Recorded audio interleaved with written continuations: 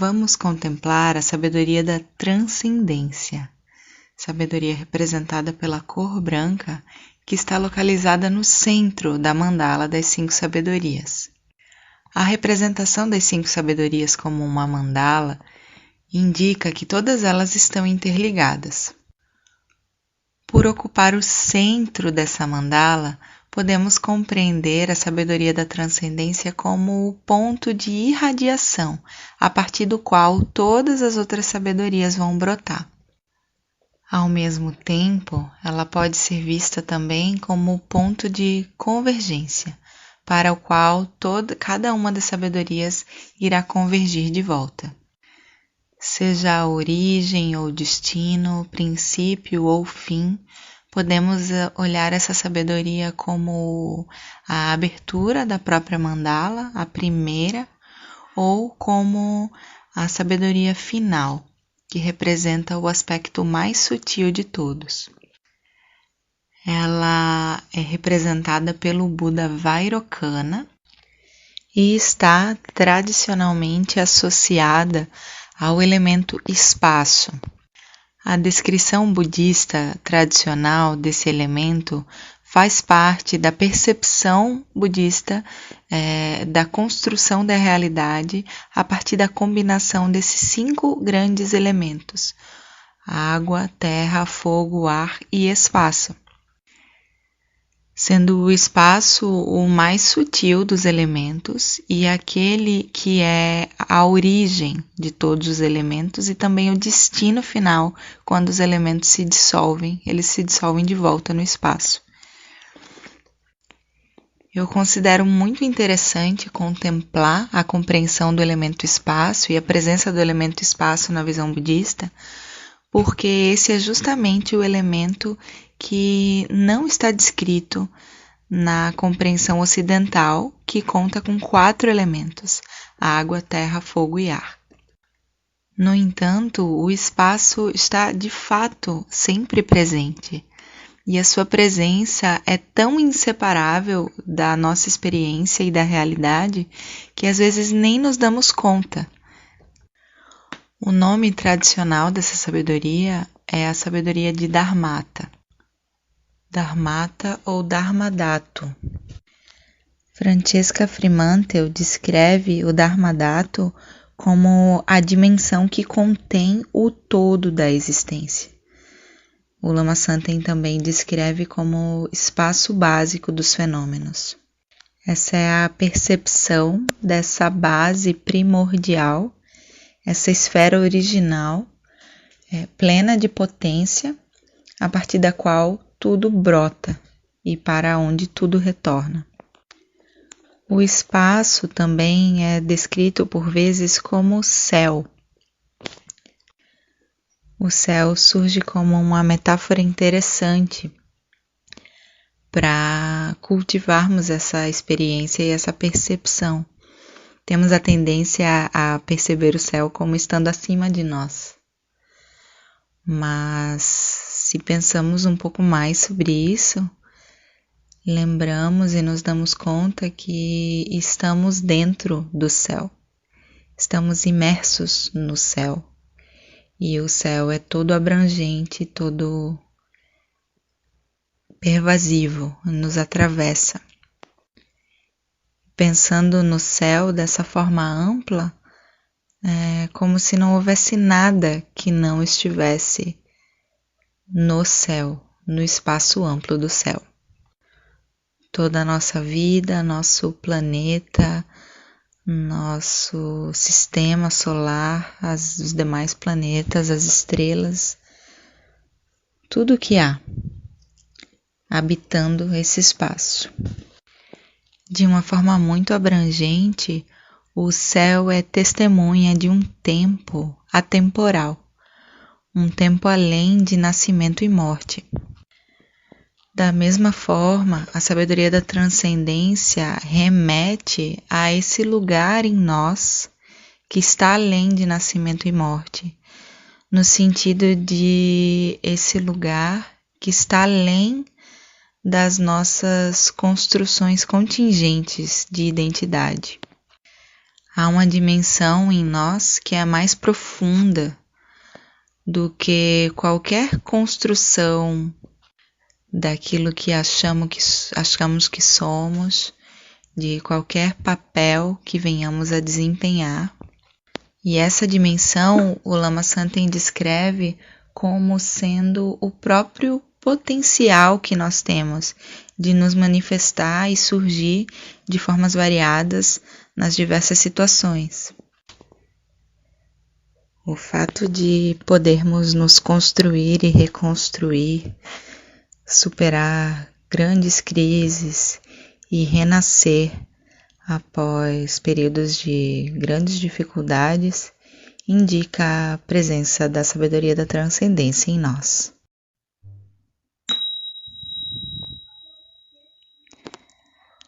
Ao contemplar a sabedoria da transcendência, duas palavras se sobressaem para nós.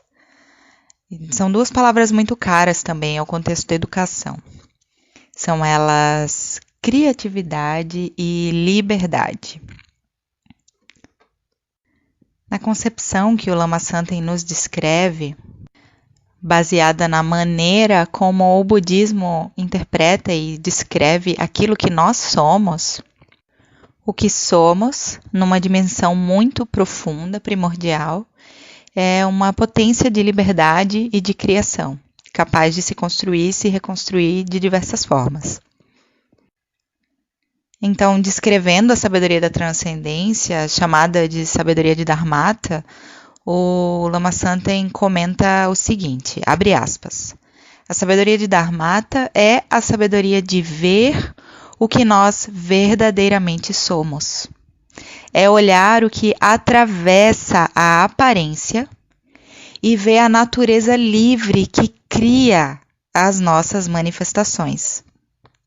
A liberdade não é uma construção, não é uma identidade, ela é a nossa condição natural. Essa liberdade permite que a gente se construa de muitos modos. A sabedoria de Dharmata é isso. Fecha aspas.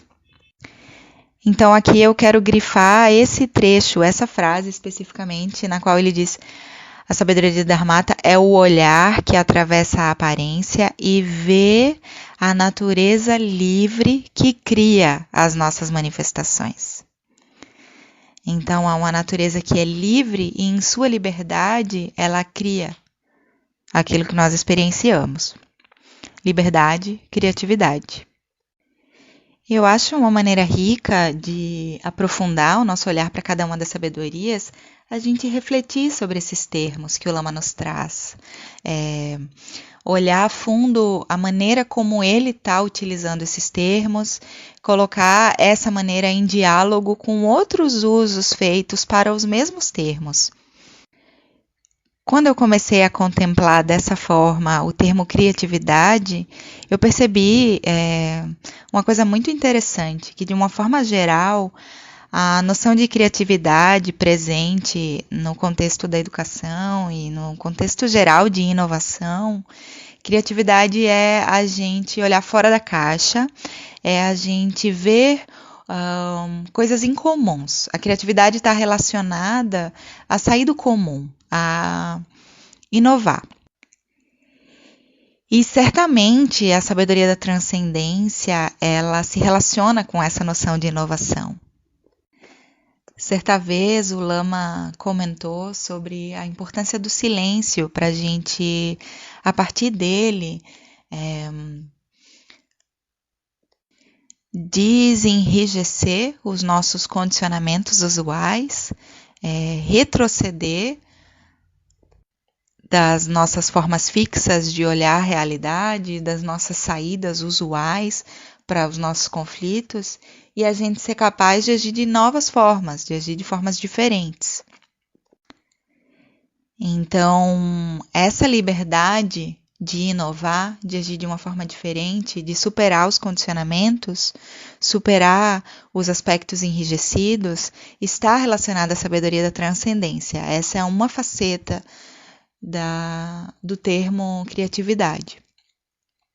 Por outro lado, também na maneira como o Lama descreve a nossa capacidade de criar a experiência que nós vivemos, ele também está falando do feijão com arroz, daquilo que parece mais do mesmo, daquilo que parece que a gente está só reproduzindo alguma coisa.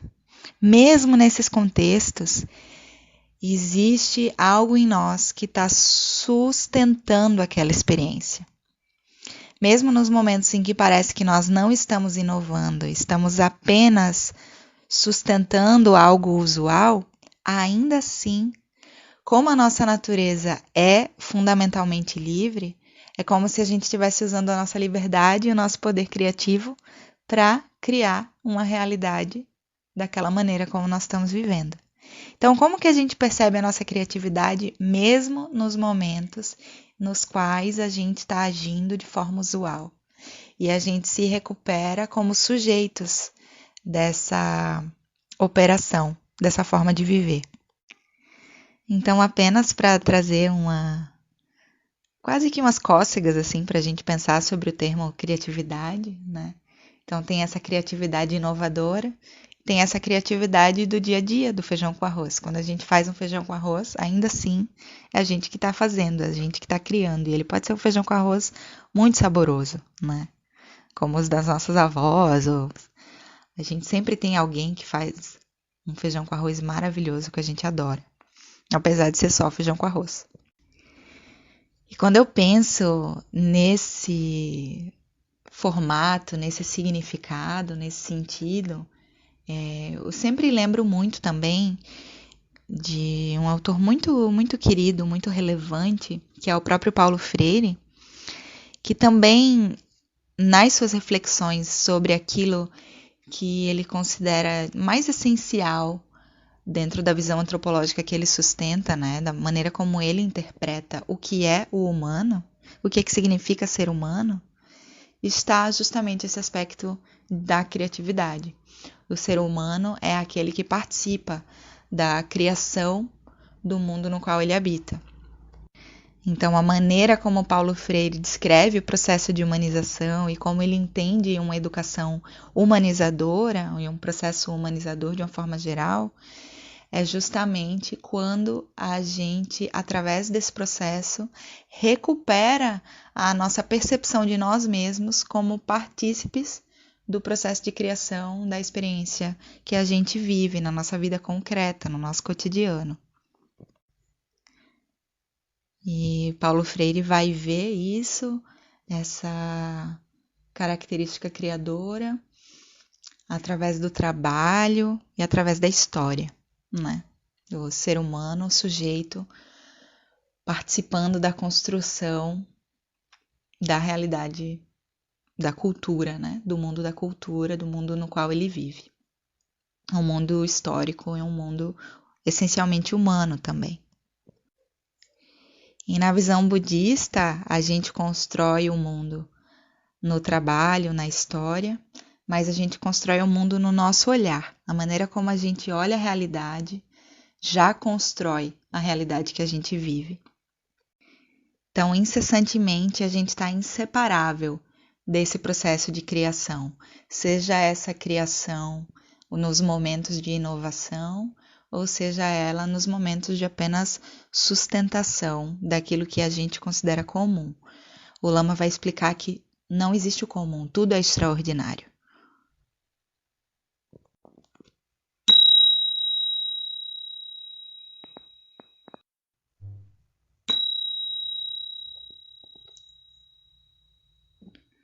O outro termo que a gente está contemplando é a noção de liberdade.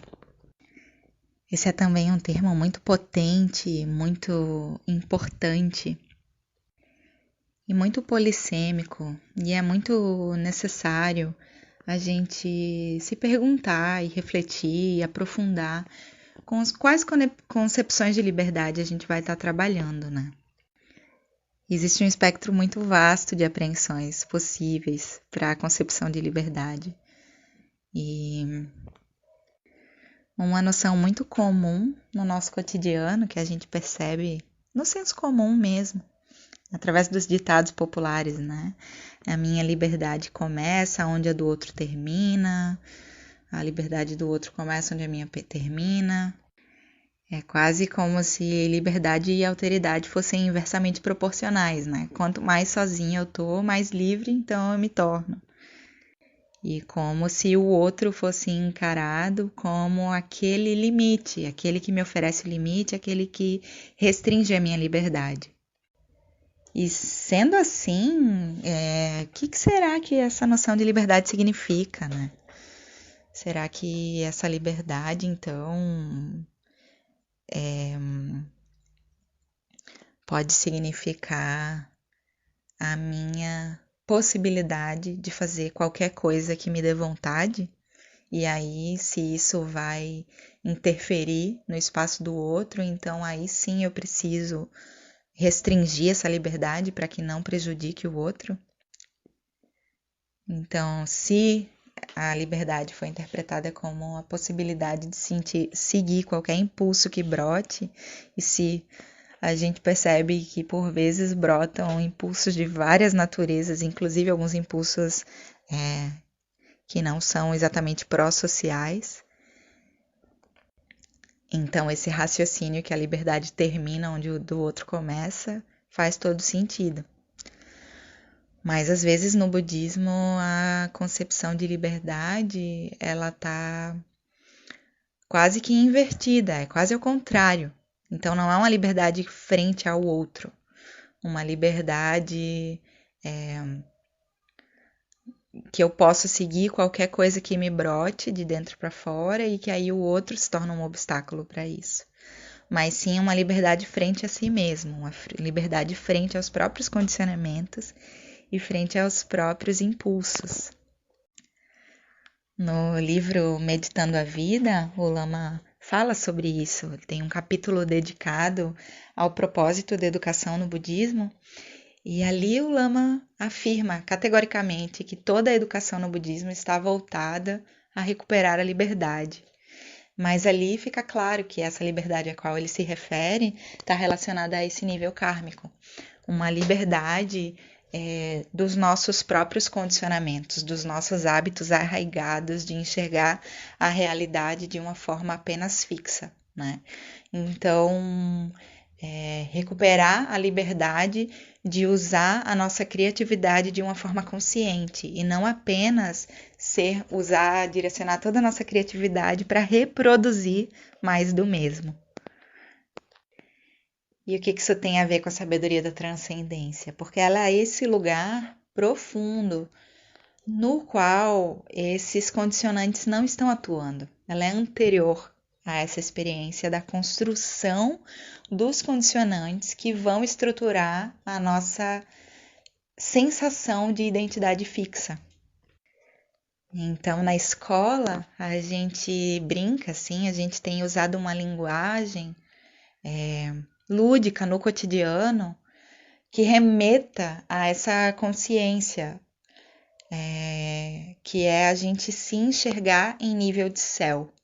A gente lembrar que, embora existam as nossas bolhas e as nossas sensações de quem nós somos e como nós devemos agir, a partir das experiências que estão mais ou menos arraigadas em nós, existe uma região mais atrás disso, dentro da qual a bolha surge, mas que a bolha não é tudo. Atrás dela existe o vasto céu.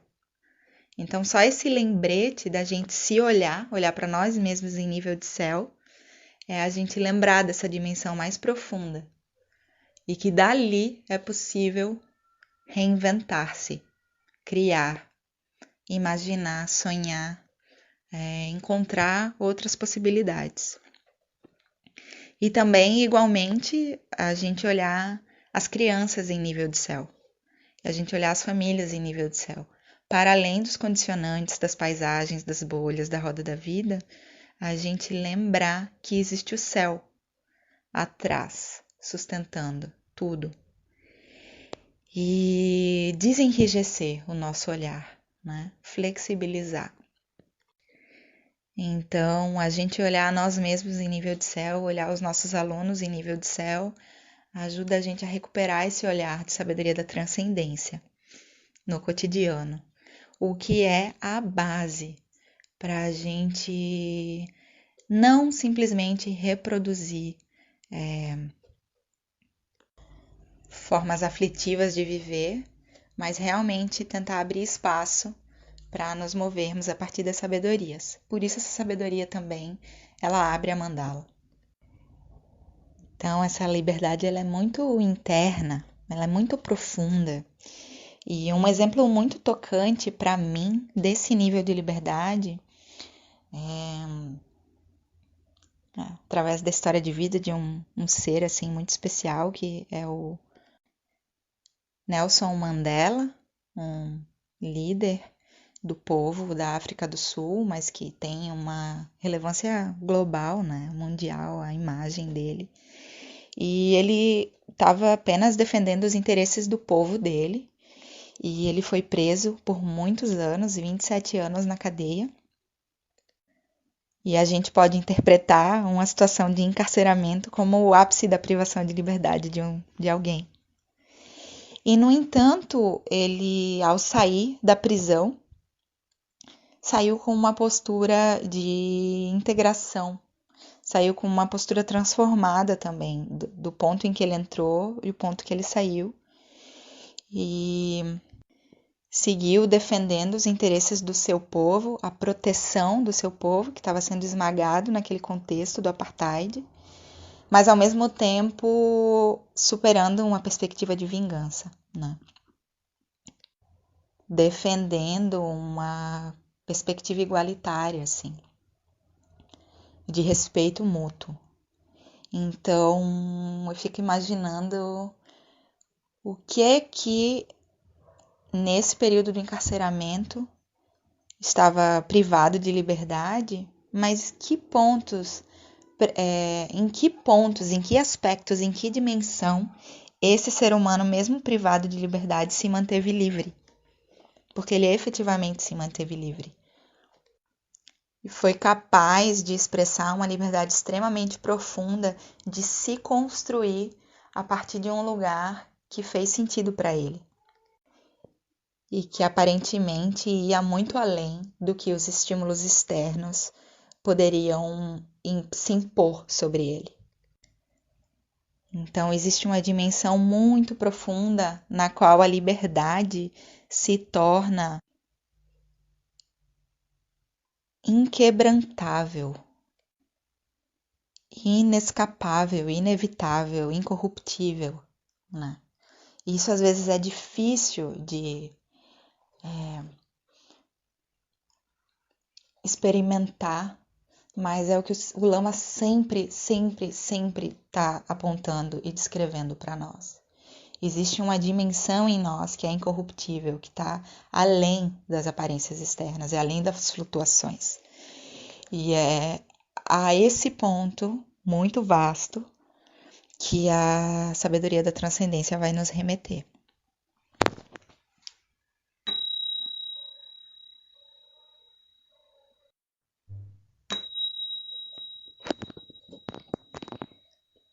Do ponto de vista do cotidiano educativo, a gente se reconhecer em nível de céu, olhar as crianças em nível de céu, são uma forma de expressar essa sabedoria. A gente agir a partir de qualquer outra sabedoria também manifesta essa liberdade presente nessa sabedoria. E, sobretudo, a gente reconhecer o nosso aspecto como sujeitos criativos e também dos alunos.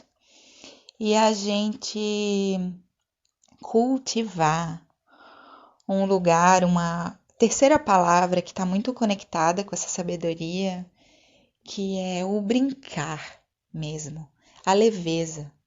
Através da visão da sabedoria da transcendência, a gente vai chegar nessa percepção que o Lama Santen constantemente nos indica, que é assim, a realidade é lúdica, ela é mágica. E os mestres muitas vezes são capazes de expressar essa leveza, de manter uma postura positiva em um lugar de tranquilidade que às vezes para nós parece devastadora. Muitas vezes eu reflito sobre como o Dalai Lama consegue ser tão sorridente e tão leve em tantos momentos, sendo que o povo dele passa pelo que passa em decorrência da invasão chinesa. Mas existe um lugar, um refúgio no qual os mestres se colocam e que permite essa forma leve de se mover no mundo. Leve não no sentido de leviana, e também não no sentido de ausência de profundidade, nem no sentido de amenizar o tamanho do sofrimento, por exemplo, nesse caso, né, que o povo ao qual o que o povo tibetano está submetido. Não nesse sentido, mas no sentido de haver espaço suficiente para, apesar de tanta dor, que não é pouca e que não significa que um mestre não possa ficar triste, ou não possa lamentar, ou não possa se opor ferozmente a determinadas atitudes e determinadas questões, ainda assim há espaço para isso e para respirar fundo, e para viver, e para apreciar outros aspectos da vida. Então, essa dimensão do espaço, da abrangência do espaço, é que permite simultaneamente que o mundo seja como é e que a gente possa gerar compaixão e ainda assim que a gente possa viver uma vida com dignidade, com leveza e com alegria. E aí, ressaltando esse último termo do brincar, né, no Nordeste existem muitas manifestações da cultura popular que o povo que pratica essas manifestações chama essas próprias manifestações de brinquedos. O brinquedo deles, por exemplo, o maracatu. Os maracatus, porque existe mais de um tipo de maracatu. Então, ou o cavalo marinho, ou a ciranda, são brinquedos. E se a gente vai observar esses brinquedos, a gente vai perceber que eles são extremamente sérios, eles são extremamente estruturantes para a experiência de dignidade, de manutenção de um lugar criativo das populações que praticam esses brinquedos. Muitas vezes são populações que enfrentam profundas dificuldades, que enfrentam contextos graves de injustiça social, de privação de direitos, e ainda assim eles brincam. E nesse lugar do brinquedo, eles não são vítimas. Nesse lugar do brinquedo, eles são protagonistas da sua própria história. Eles expressam a sua humanidade de forma plena. Eles são felizes. Eles compartilham a sua felicidade, sua alegria com toda a comunidade. Toda uma comunidade sustenta os seus laços, sua dignidade, sua humanidade através desses brinquedos. As relações são nutridas, a rede de reciprocidade, de solidariedade e o aspecto de beleza e de dignidade são sustentados nesses brinquedos. Então, são exemplos que indicam como esse aspecto do brincar pode ser profundo e estruturante e potencializador dessa dimensão mais profunda e humana que existe em nós. E esse é um brincar de toda a comunidade, um brincar dos adultos também, mas no brincar da criança a gente vê essa mescla de liberdade, criatividade, dessa potência humana sendo expressa de forma presente. Quando a criança brinca, entregue ao que ela está fazendo, ela está em profunda relação consigo mesma, em profunda relação com o mundo, com o momento presente que ela está vivendo. E há algo de inefável, algo que vai além da nossa capacidade de expressar em palavras, mas há um segredo nesse brincar, que para nós na Escola Caminho do Meio está conectada a essa dimensão muito profunda da gente estar sobre o mundo em relação com a nossa experiência, em relação uns com os outros, a partir dessa dimensão sagrada em nós.